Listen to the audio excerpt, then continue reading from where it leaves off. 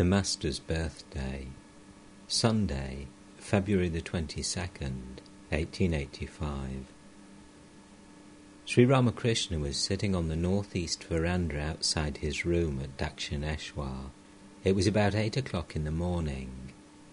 Many devotees, including Narendra, Rakal, Girish, Baburam and Surendra were present. They were celebrating the Master's birthday, which had fallen on the previous Monday. M arrived and saluted him. The Master signed to him to take a seat near him. Narottam was singing kirtan. Sri Ramakrishna was in partial ecstasy. The subject was Krishna's meeting with his cowherd friends in the meadow. Krishna had not yet arrived. The cowherd boys were restless for him. One of them said that Mother Yashoda was preventing Krishna from coming. Balai said in a determined voice that he would bring Krishna with the sound of his horn. Balai's love for Krishna knew no bounds. The music went on. The cowherd boys and girls heard Krishna's flute and were filled with spiritual emotion. Suddenly, Sri Ramakrishna's eyes fell on Narendra, who was sitting very near him. He stood up and went into samadhi. He stood there touching Narendra's knee with his foot. Regaining consciousness, he took his seat again. Narendra left the room. The music went on. Sri Ramakrishna whispered to Baburam, "There is kshir in the room. Give Narendra some." Did the Master see Narendra as the embodiment of God? After the kirtan, Sri Ramakrishna returned to his room. Tenderly he began to feed Narendra with sweets. It was Girish's belief that God himself had been born in the person of Sri Ramakrishna. Girish to the Master, "Your ways are like Krishna's." He too pretended many things to his mother Yashoda. Master, true. It was because Krishna was an incarnation of God. When God is born as a man, he acts that way. You see, Krishna easily lifted the hill of Govardhan with his hand, but he made Nanda believe that he found it very hard to carry a footstool. Girish, "Yes, sir, I have understood you now." Sri Ramakrishna was sitting on the small couch. It was about 11 o'clock. Ram and the other devotees wanted to dress him in a new cloth. The Master said, "No, no." Pointing to an English-educated man, he said, "What will he say about it?" At the earnest request of the devotees, he said, "Well, since you insist, I shall have to agree." The devotees were arranging the Master's meal in the room. He asked Narendra to sing. Narendra sang, "In dense darkness, O Mother, thy formless beauty sparkles. Therefore the yogis meditate in a dark mountain cave. In the lap of boundless dark, on Maha Nirvana's waves upborne, peace flows serene and inexhaustible. Taking the form of the void, in the robe of darkness wrapped, who art thou, Mother, seated alone in the shrine of Samadhi? From the lotus of thy fear-scattering feet flash thy love's lightnings. Thy spirit face shines forth with laughter terrible and loud." As Narendra sang the line, "Who art thou, Mother, seated alone in the shrine of Samadhi?" Sri Ramakrishna went into deep Samadhi and lost all outer consciousness. After a long time, when he was regaining partial consciousness, the devotees seated him on the carpet and placed a plate of food before him. Still overcome with divine emotion, he began to eat the rice with both hands. He said to Bhavanath, "Feed me." Because of his ecstatic mood, he could not use his own right hand. Bhavanath began to feed him. Sri Ramakrishna could eat very little. Ram said to him, "Nitya Gopal will eat from your plate." Master: "From my plate? Why?" Ram: "Why not?" Nitya Gopal was also in an ecstatic mood. The master put a morsel or two into his mouth with his own hand. Some devotees from Konagar arrived by boat. They entered Sri Ramakrishna's room singing kirtan. Afterwards they went out to take some refreshments. Narottam was in the room. The master said to him and the other devotees, "The music of the Konagar devotees was dull. Music should be so lively as to make everyone dance. One should sing a song like this. See how all Nadia is shaking under the waves of Gauranga's love, and along with it these lines. Behold, the two brothers have come, who weep while chanting Hari's name. The brothers who, in return for blows, offer to sinners Hari's love. And these too. Gaur and Nitai, ye blessed brothers, I have heard how kind you are, and therefore I have come to you." The devotees were taking the prasad. It was a sumptuous feast. Sri Ramakrishna said to M, "Haven't you invited the Mukhajis? Ask Surendra to feed the musicians." Bepin Sarkar arrived. The devotees introduced him to the master. Sri Ramakrishna sat up and said to the devotees, "Give him a seat and some betel leaf." He said to Bepin humbly, "I'm sorry not to be able to talk to you. There is a great crowd here today." Pointing to Garindra, Sri Ramakrishna said to Babaram, "Give him a carpet." Nitya Gopal was sitting on the floor. The master asked a devotee to give him a carpet too. Physician Mahendra of Sindhi arrived. The master, smiling, asked Rakal by a sign to have the physician examine his pulse. Turning to Ramlal, the master said, "Be friendly with Girish Ghosh, then you will get a free ticket to the theatre." Narendra had been talking a long time with Hazra on the porch. Since his father's death, Narendra had been having financial worries. He entered the room and took a seat. Master to Narendra, "Were you with Hazra? Both of you are in the same boat. You know the saying about two friends. You are away from your country, and he is away from his beloved. Hazra too needs 1,500 rupees. Laughter.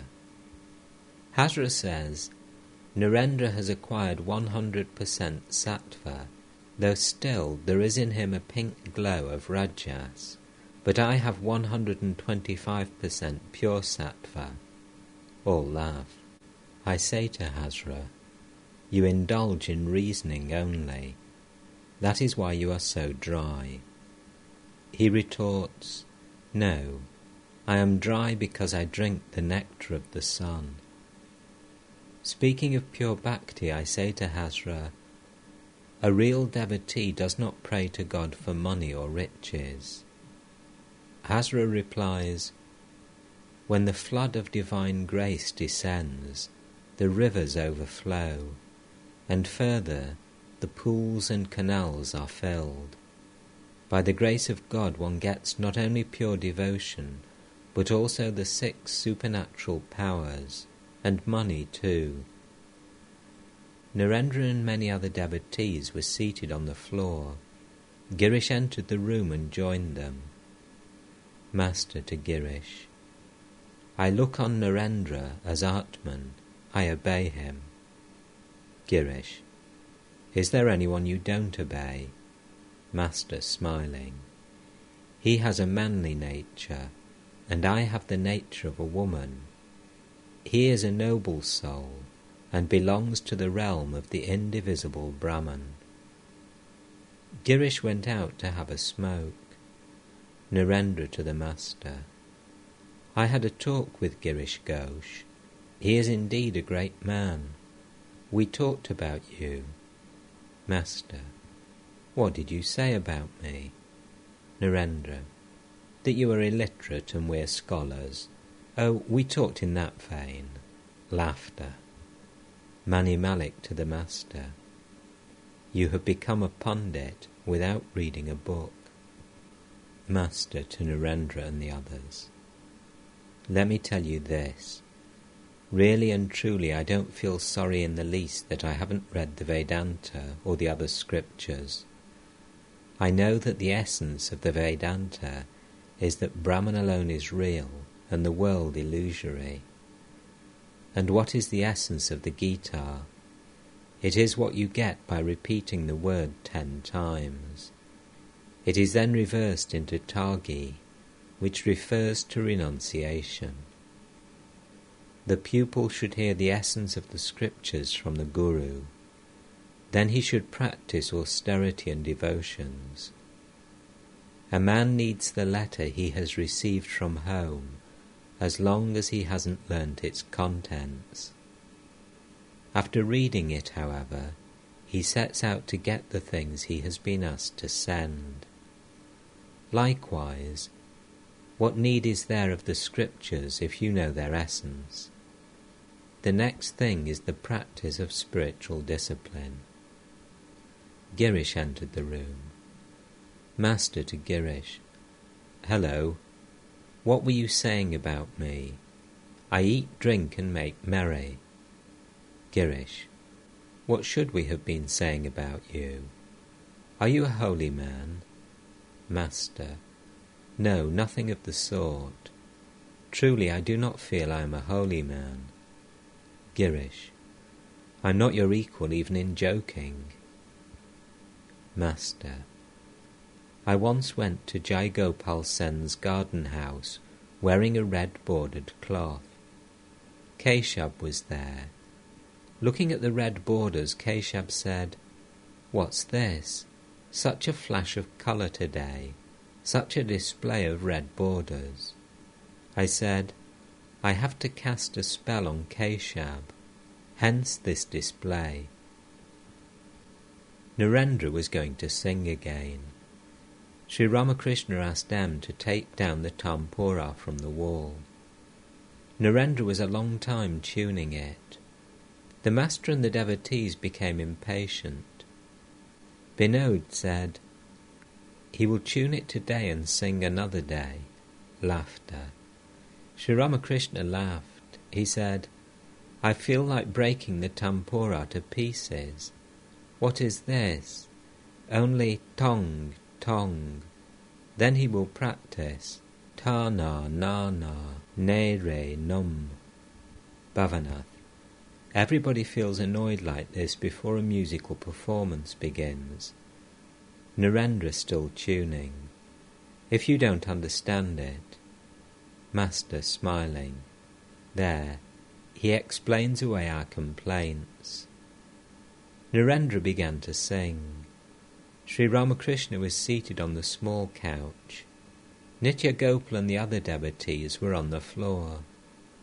Narendra sang. O Mother, thou my inner guide, ever awake within my heart. Day and night thou holdest me in thy lap. Why dost thou show such tenderness to this unworthy child of thine? Then he sang, O my lute of a single string, sing the Blessed Mother's name, for she is the solace of my soul. And again, in dense darkness, O Mother, thy formless beauty sparkles, therefore the yogis meditate in a dark mountain cave. In an ecstatic mood, Sri Ramakrishna came down and sat by Narendra's side. He began to talk, still in ecstasy. Master, Shall I sing? Fie. To Nitya Gopal, what do you say? One should listen to singing to awaken the inner spirit. Nothing matters afterwards. He has kindled the fire. That is nice. Now all is silence. That's nice too. I am silent. You be silent too. The thing is to dive into the elixir of bliss. Shall I sing? Well, I may. Water is water whether it is still or in waves. Narendra was seated near the master. He was constantly worried about his financial difficulties at home. He was now 23 years old. Sri Ramakrishna looked at him intently. Master, to Narendra smiling, undoubtedly you are Ka, but you have to worry about taxes. That's the trouble. By taxes, the master meant Narendra's financial difficulties at home. Master, Krishna Kishore used to say that he was Ka. One day I visited him at his home and found him worried. He wouldn't talk to me freely. I asked him, "What's the matter? Why are you brooding like this?" Krishna Kishore said, "The tax collector came today. He said my pots and pans would be sold at auction if I didn't pay my taxes. That is what I'm worrying about." I laughed and said, "How is that? You are surely Ka, the Akasha. Let the rascals take away your pots and pans. What is that to you?" To Narendra, "So I'm saying that you are Ka. Why are you so worried? Don't you know that Sri Krishna said to Arjuna, if you have one of the 8 siddhis, you may get a little power, but you will not realize me. By siddhis, one may acquire powers, strength, money and such things, but not God. Let me tell you something else. Go beyond knowledge and ignorance.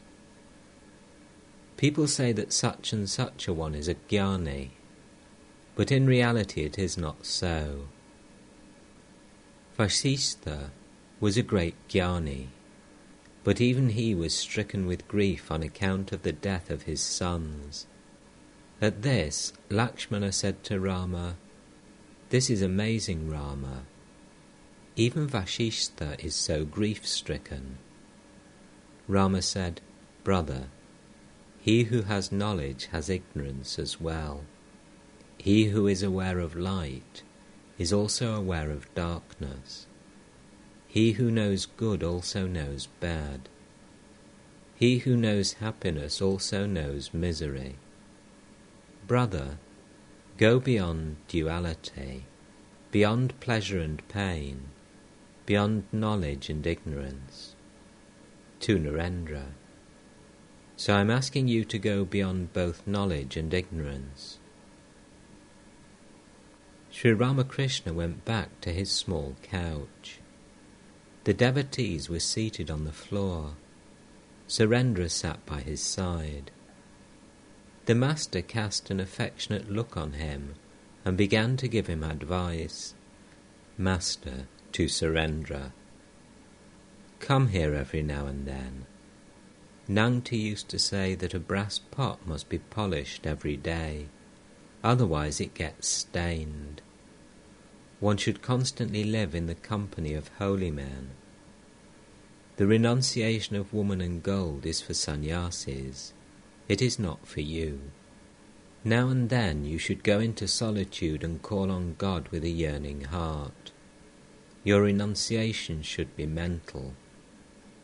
Unless a devotee is of the heroic type, he cannot pay attention to both God and the world.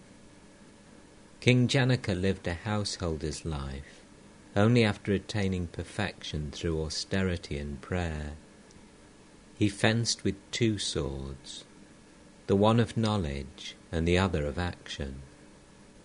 The Master sang, "This very world is a mansion of mirth.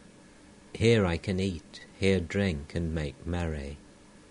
Janaka's might was unsurpassed. What did he lack of the world or the spirit? Holding to one as well as the other, he drank his milk from a brimming cup. Master, for you, as Chaitanya said, the disciplines to be practiced are kindness to living beings, service to the devotees, and chanting the name of God. To Surrender. Why do I say all this to you? You work in a merchant's office. I say this to you because you have many duties to perform there. You tell lies at the office. Then why do I eat the food you offer me? Because you give your money in charity. You give away more than you earn. The seed of the melon is bigger than the fruit, as the saying goes. I cannot eat anything offered by miserly people. Their wealth is squandered in these ways. First, litigation. Second, thieves and robbers. Third, physicians. Fourth, their wicked children's extravagance. It is like that. Your giving money away in charity is very good. Those who have money should give in charity. The miser's wealth is spirited away, but the money of the charitable person is saved. He spends it for a righteous purpose. At Kamarpukor, I have seen the farmers cutting channels to irrigate their fields. Sometimes the water rushes in with such force that the ridges around the fields are washed away and the crops destroyed. For this reason, the farmers make holes here and there in the ridges. Since the water escapes through the holes, the ridges are not destroyed by the rush of the water. Furthermore, the escaping water deposits soft clay in the fields, which increases their fertility and gives a richer crop. He who gives away in charity achieves great results. He achieves the four fruits, Dharma, Artha, Karma, and Moksha. The devotees listened with great attention to Sri Ramakrishna's words. Surrender. I cannot meditate well. I repeat the Divine Mother's name now and then. Lying in bed I repeat her name and fall asleep.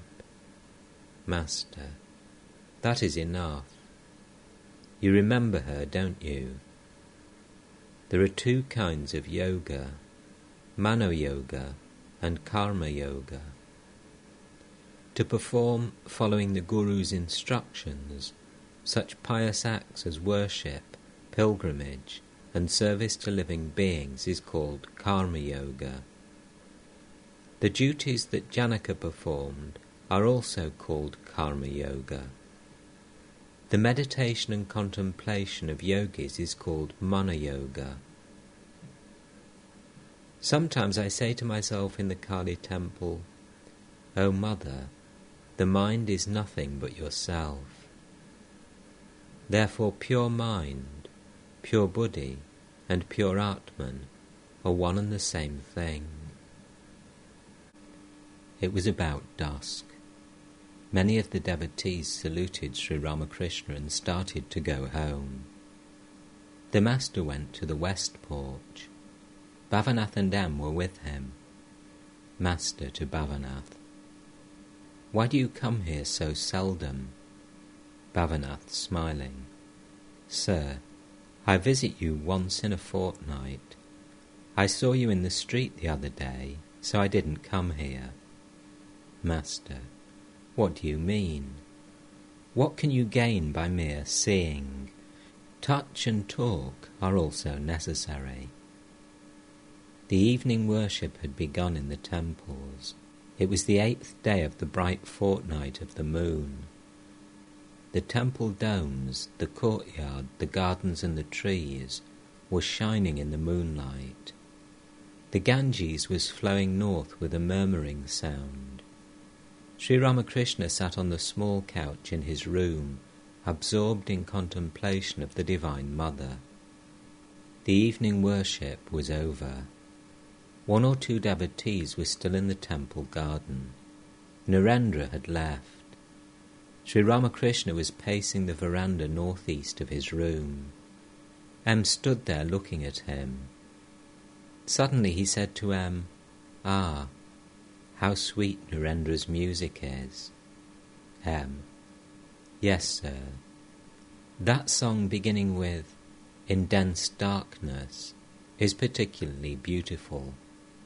Master, you are right. That song has a deep meaning. A part of my mind is still drawn to it.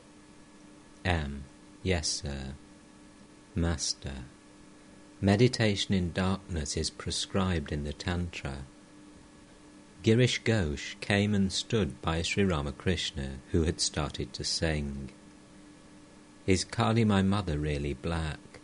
The naked one of blackest hue lights the lotus of the heart." Sri Ramakrishna was filled with divine fervour.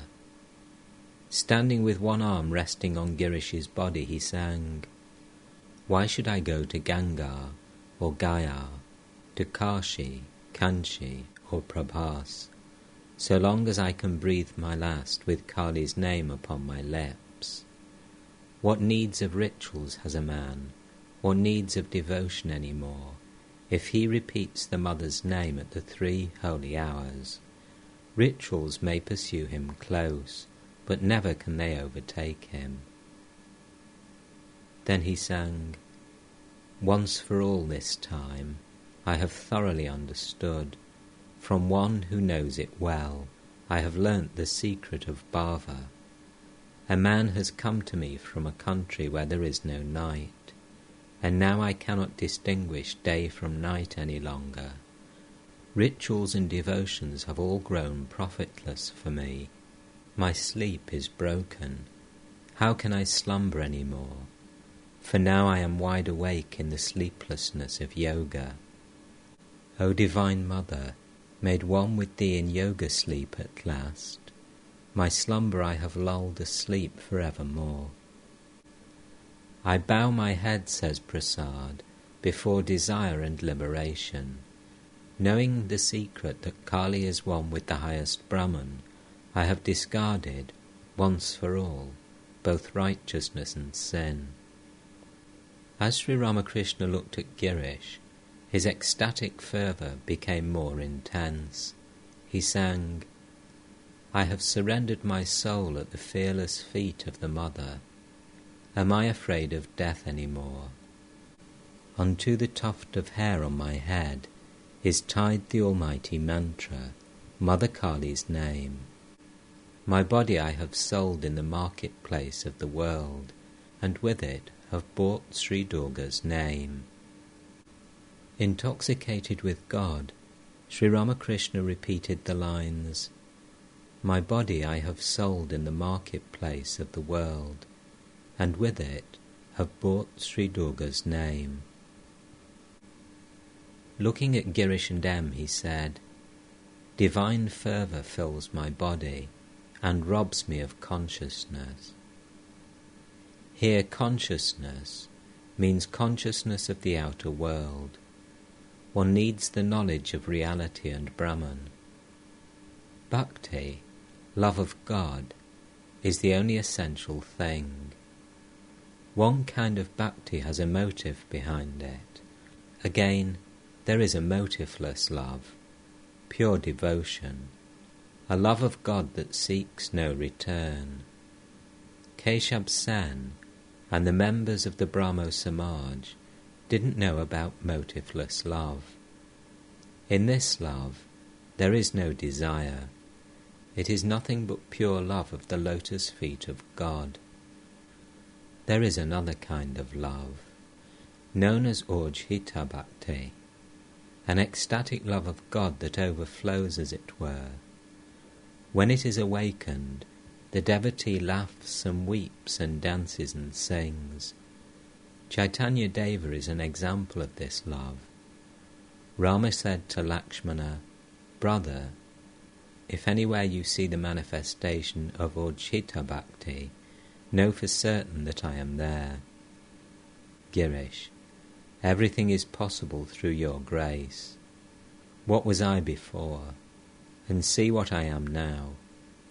Master, you had latent tendencies, so they are manifesting themselves now. Nothing happens except at the proper time. Take the case of a patient. Nature has almost cured him when the physician prescribes a herb and asks him to drink its juice. After taking the medicine, he is completely cured. Now, is the patient cured by the medicine, or does he get well by himself? Who can tell? Lakshmana said to Lava and Kusha, "You are mere children. You don't know Rama's power." At the touch of his feet, Ahalya, who had been turned into stone, got back her human form.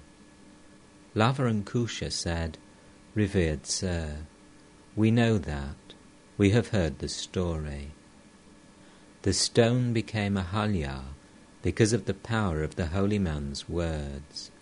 The sage Gautama said to her, "In the Treta Yuga, Rama will pass this hermitage. You will become a human being again at the touch of his feet." Now who can tell whether the miracle happened in order that the sage's words should be fulfilled, or on account of Rama's holiness? Everything happens by the will of God. If your spiritual consciousness has been awakened at this place, know that I am only an instrument. Uncle Moon is everybody's uncle. All happens by the will of God. Girish, smiling, "Did you say by the will of God?" "What I am saying is the very same thing." All laugh. Master to Girish, "By being guileless, one can speedily realize God. There are several kinds of people who do not attain divine knowledge.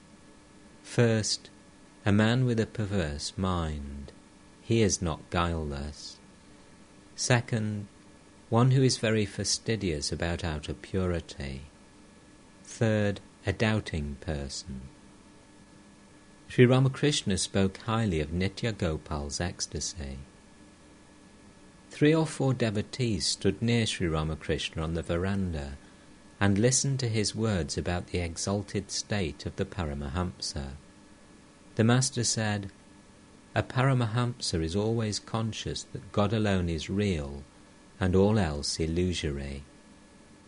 Only the swan has the power to separate milk from a mixture of milk and water. The swan's tongue secretes an acid that separates the milk from the mixture. The Paramahamsa also possesses such a juice. It is his ecstatic love for God that separates the real from the mixture of the real and the unreal. Through it, one becomes aware of God and sees him." Wednesday, February the 25th, 1885. Sri Ramakrishna was at the house of Girish Ghosh in Bospara Lane, Calcutta.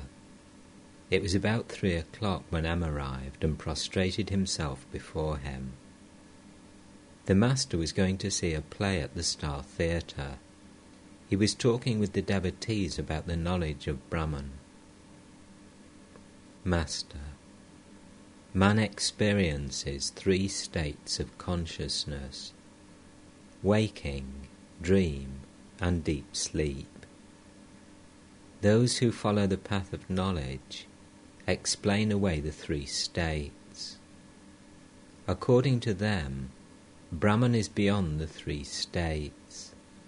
It is also beyond the gross, the subtle, and the causal bodies, and beyond the 3 gunas, sattva, rajas, and tamas.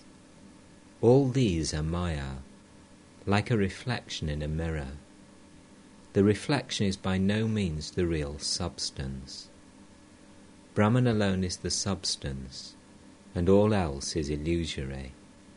The knowers of Brahman say further that it is the identification of the soul with the body that creates the notion of duality.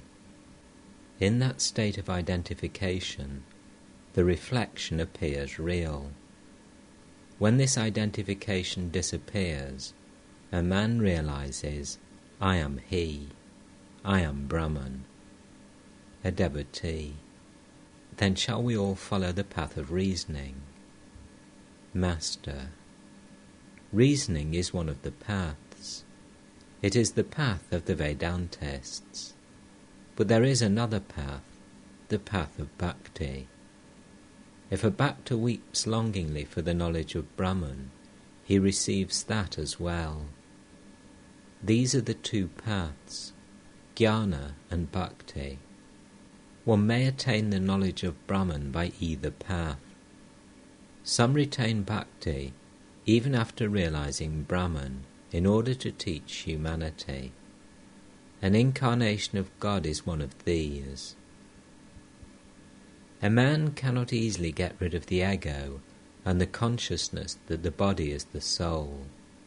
It becomes possible only when, through the grace of God, he attains samadhi, nirvikalpa samadhi, jada samadhi.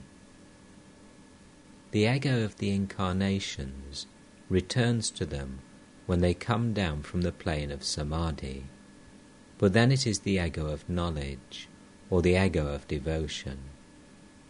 Through the ego of knowledge they teach men. Shankaracharya kept the ego of knowledge.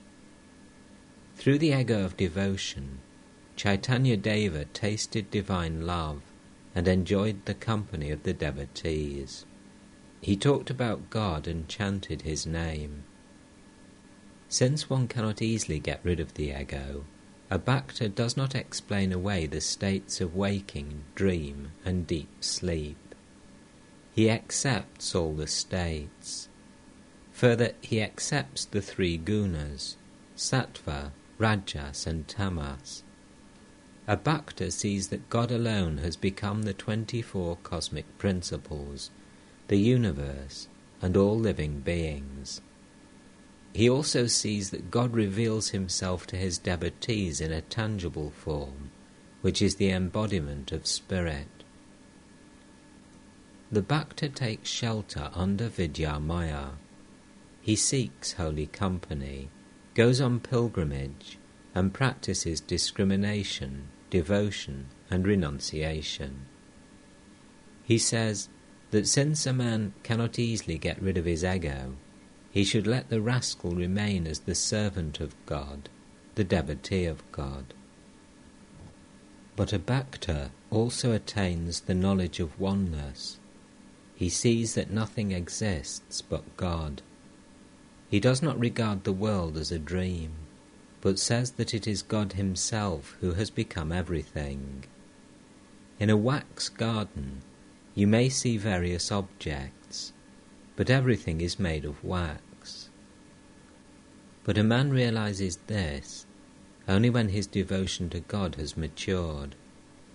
One gets jaundice when too much bile accumulates. Then one sees everything as yellow. From constantly meditating on Krishna, Radhika saw everything as Krishna. Moreover, she even felt that she herself had become Krishna. If a piece of lead is kept in a lake of mercury a long time, it turns into mercury. The cockroach becomes motionless by constantly meditating on the chimera worm. It loses its power to move. At last it is transformed into a chimera. Similarly, by constantly meditating on God, the bhakta loses his ego. He realizes that God is he, and he is God. When the cockroach becomes the chimera, everything is achieved. Instantly one obtains liberation. As long as God retains the ego in a man, he should establish a definite relationship with God, calling on him as master, mother, friend, or the like. I spent 1 year as a handmaid, the handmaid of the Divine Mother, the embodiment of Brahman. I used to dress myself as a woman. I put on a nose ring. One can conquer lust by assuming the attitude of a woman. One must worship the Adya Shakti. She must be propitiated. She alone has assumed all female forms. Therefore I look on all women as mother. The attitude of looking on woman as mother is very pure. The Tantra mentions the Vamachara method also, but that is not a good method. It causes the aspirant's downfall. A devotee keeping an object of enjoyment near him has reason to be afraid. Looking on woman as mother is like fasting on the Ekadashi day, without touching even a drop of water.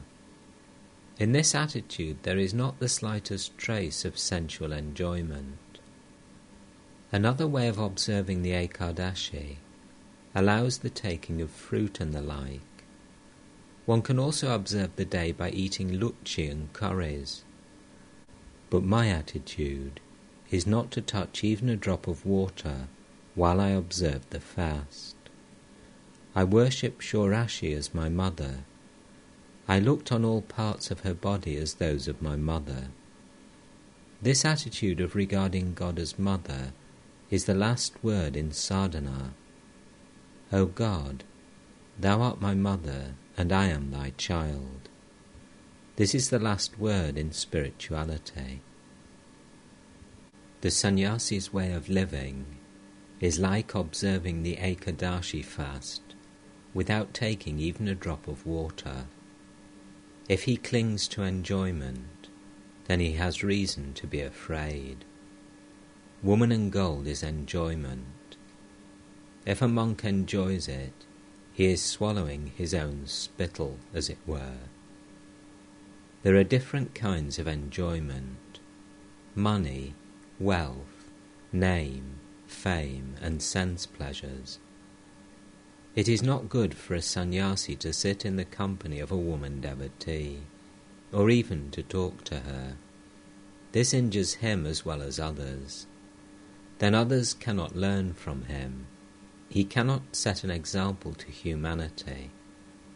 A sannyasi keeps his body in order to teach mankind.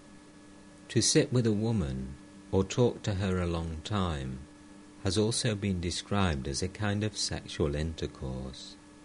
There are 8 kinds. To listen to a woman and enjoy her conversation is one kind. To speak about a woman is another kind. To whisper to her privately is a third kind. To keep something belonging to a woman and enjoy it is a fourth kind. To touch her is a fifth. Therefore, a sannyasi should not salute his guru's young wife, touching her feet. These are the rules for sannyasis. But the case is quite different with householders. After the birth of 1 or 2 children, the husband and wife should live as brother and sister. The other 7 kinds of sexual intercourse do not injure them much.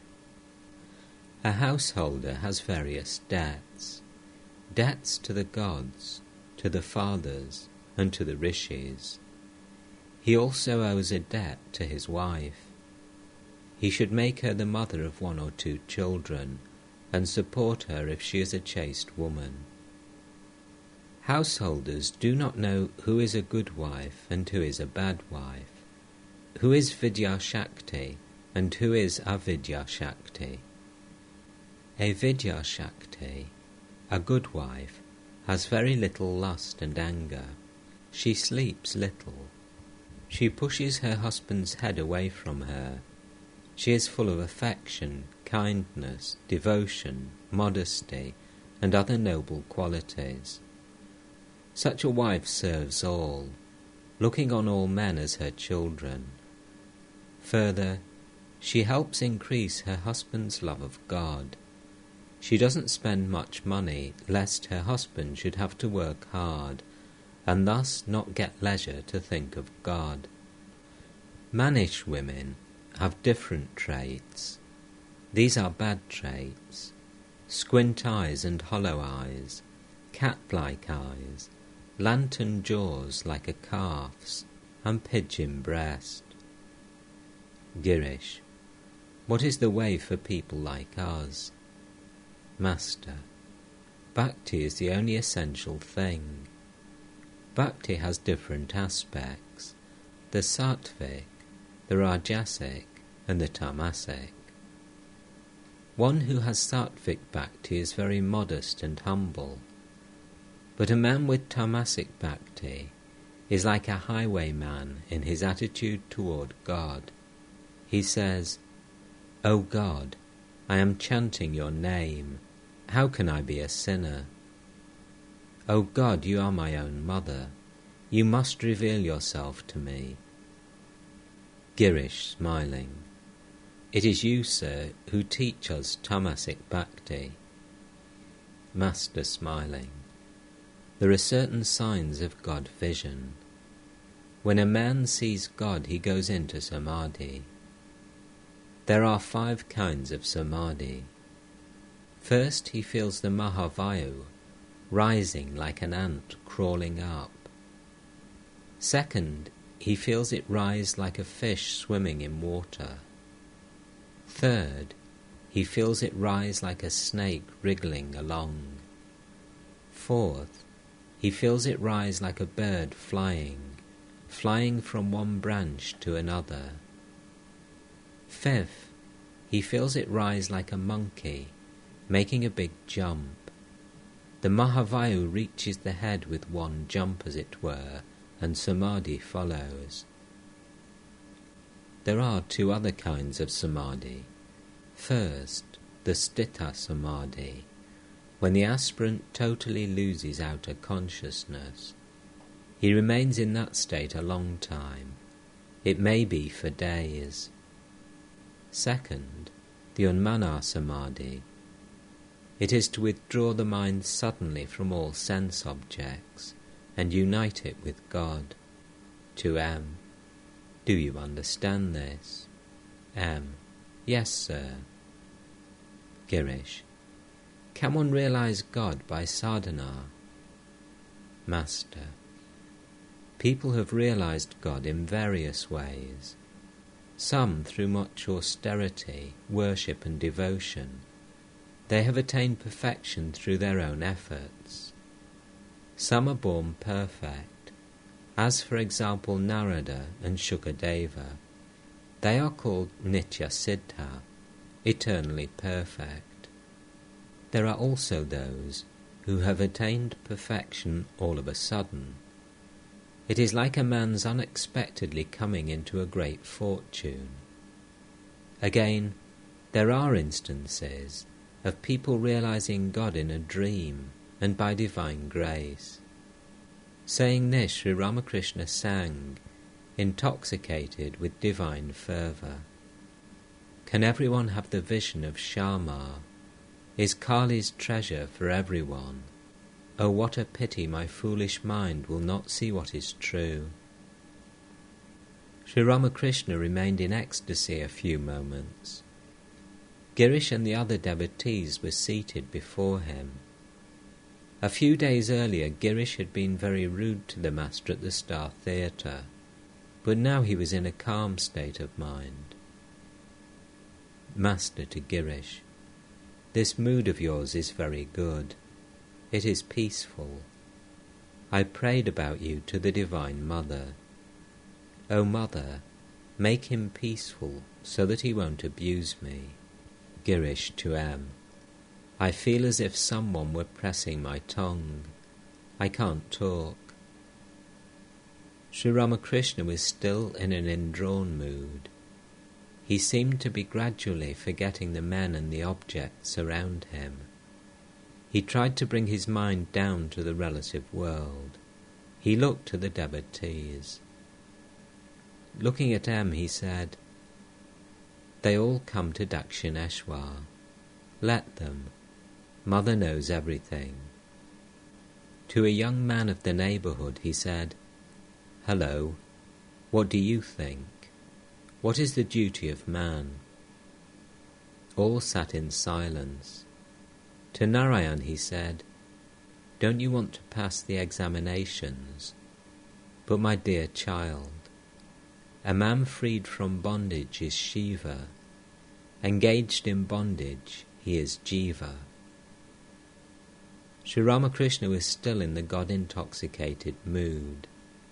There was a glass of water near him. He drank the water. He said to himself, "Why, I have drunk water in this mood." It was not yet dusk. Sri Ramakrishna was talking to Atul, who was seated in front of him. Atul was Girish's brother and a lawyer of the High Court of Calcutta.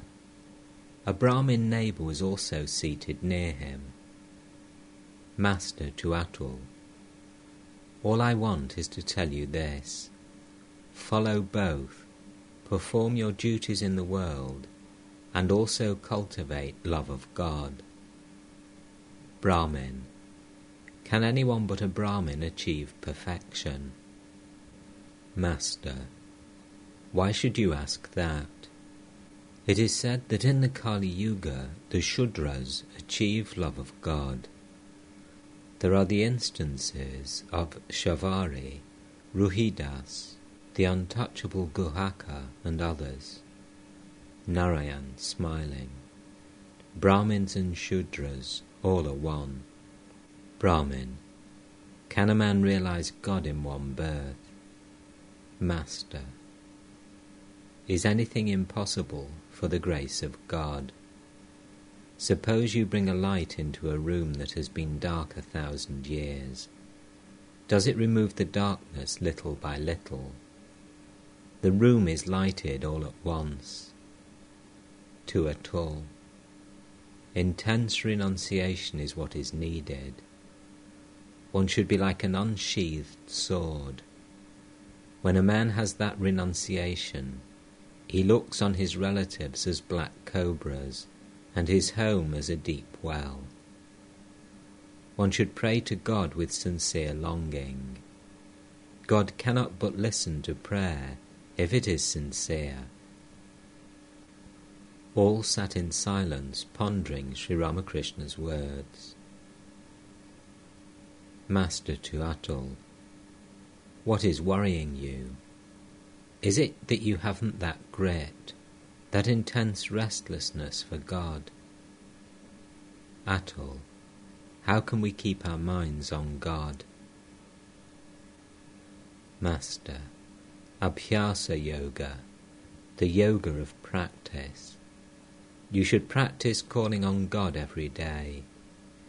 It is not possible to succeed in one day. Through daily prayer you will come to long for God.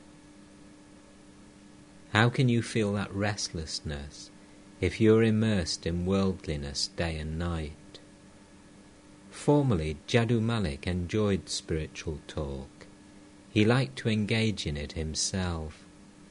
But nowadays he doesn't show much interest. He surrounds himself with flatterers day and night and indulges in worldly talk. It was dusk. The lamp was lighted in the room. Sri Ramakrishna chanted the divine names. He was singing and praying. He said, "Chant the name of Hari, repeat the name of Hari, sing the name of Hari." Again he said, "Rama, Rama, Rama." Then, "O Mother, thou dost ever enjoy thine eternal sports. Tell us, O Mother, what is the way? We have taken refuge in thee. We have taken shelter at thy feet." Finding Girish restless, Sri Ramakrishna remained silent a moment. He asked Tej Chandra to sit near him. The boy sat near the master. He whispered to M that he would have to leave soon. Master to M: What did he say? M: He said he would have to go home. Master: Why do I attract these boys to me so much? They are pure vessels untouched by worldliness. A man cannot assimilate instruction if his mind is stained with worldliness. Milk can be safely kept in a new pot, but it turns sour if kept in a pot in which curd has been made.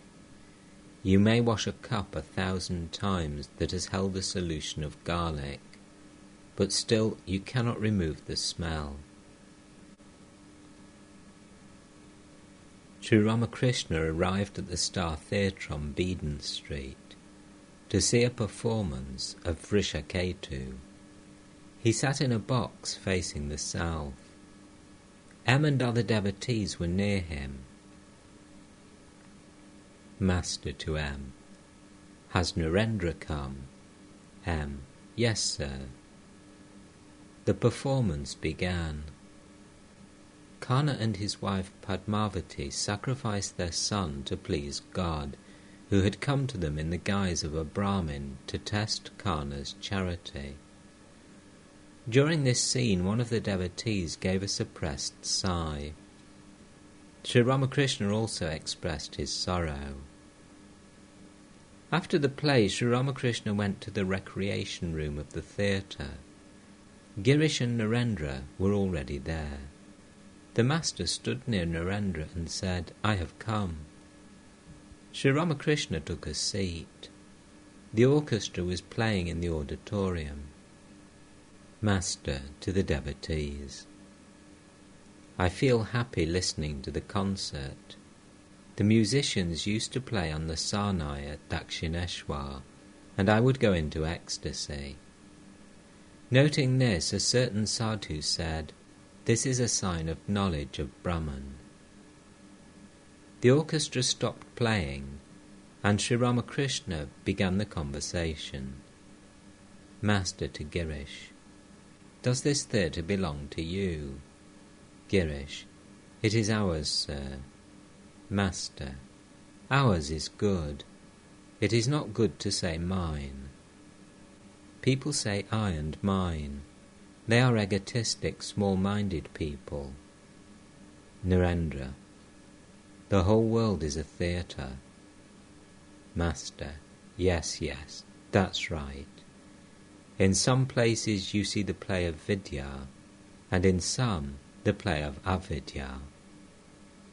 Narendra: Everything is the play of Vidya. Master: True. But a man realizes that when he has the knowledge of Brahman. But for a bhakta, who follows the path of divine love, both exist, Vidyamaya and Avidyamaya. Please sing a little. Narendra sang. Upon the sea of blissful awareness, waves of ecstatic love arise, rapture divine, play of God's bliss. Oh, how enthralling! Wondrous waves of the sweetness of God, ever new and ever enchanting, rise on the surface, ever assuming forms ever fresh. Then once more in the great communion all are merged, as the barrier walls of time and space dissolve and vanish. Dance then, O mind, dance in delight with hands upraised, chanting Lord Hari's holy name. As Narendra sang the words, "Then once more in the great communion all are merged," Sri Ramakrishna said to him, "One realizes this after attaining the knowledge of Brahman. Then all is Vidya, Brahman, as you said." As Narendra sang the line, "Dance in delight with hands upraised, chanting Lord Hari's holy name," the Master said to him, "Sing that line twice." After the song, Sri Ramakrishna resumed the conversation. Girish, Devendra Babu hasn't come. He says in a mood of wounded pride, we haven't any stuff inside us, no filling of thickened milk. We are filled only with worthless lentil paste. Why should we go there? Master surprised. Does he say that? He never said so before. Sri Ramakrishna took some refreshments and handed some to Narendra. Jatindeva to the Master. You always say, Narendra, eat this, eat that. Are the rest of us fools? Are we like straw washed ashore by the flood tide? Sri Ramakrishna loved Jatin dearly. Jatin visited the Master now and then at Dakshineshwar and occasionally spent the night there. He belonged to an aristocratic family of Shobha Bazar. The Master said laughingly to Narendra, he's talking about you. Sri Ramakrishna laughed and showed his affection to Jatin by touching his chin. He said to Jatin, come to Dakshineshwar. I'll give you plenty to eat. The Master went into the auditorium to see a farce. He sat in a box. He laughed at the conversation of the maidservant. After a while he became absent-minded and whispered a few words to M. Master to M. Well, is what Girish Ghosh says true? Girish had lately been speaking of Sri Ramakrishna as an incarnation of God. M. Yes, sir, it must be true. Otherwise, why should it appeal to our minds? Master. You see, a change is coming over me. The old mood has changed. I'm not able to touch any metal now. M listened to these words in wonder. Master, there is a very deep meaning in this new mood. Was the Master hinting that a God-man cannot bear any association with worldly treasure? Master to M. Well, do you notice any change in me? M. In what respect, sir? Master. In my activities. M. Your activities are increasing as more people come to know about you. Master. Do you see? What I said before is now coming true. After a few moments he said, can you tell me why Paltu can't meditate well? Sri Ramakrishna was ready to leave for Dakshineshwar. He had remarked to a devotee about Girish, you may wash 1,000 times a cup that has held a solution of garlic, but is it ever possible to get rid of the smell altogether? Girish was offended by this remark. When the Master was about to leave, Girish spoke. Girish, will this smell of garlic go? Master, yes, it will. Girish, so you say it will. Master, all smell disappears when a blazing fire is lighted. If you heat the cup smelling of garlic, you get rid of the smell. It becomes a new cup. The man who says he will not succeed will never succeed. He who feels he is liberated is indeed liberated, and he who feels he is bound verily remains bound. He who forcefully says, I am free, is certainly free, and he who says day and night, I am bound, is certainly bound.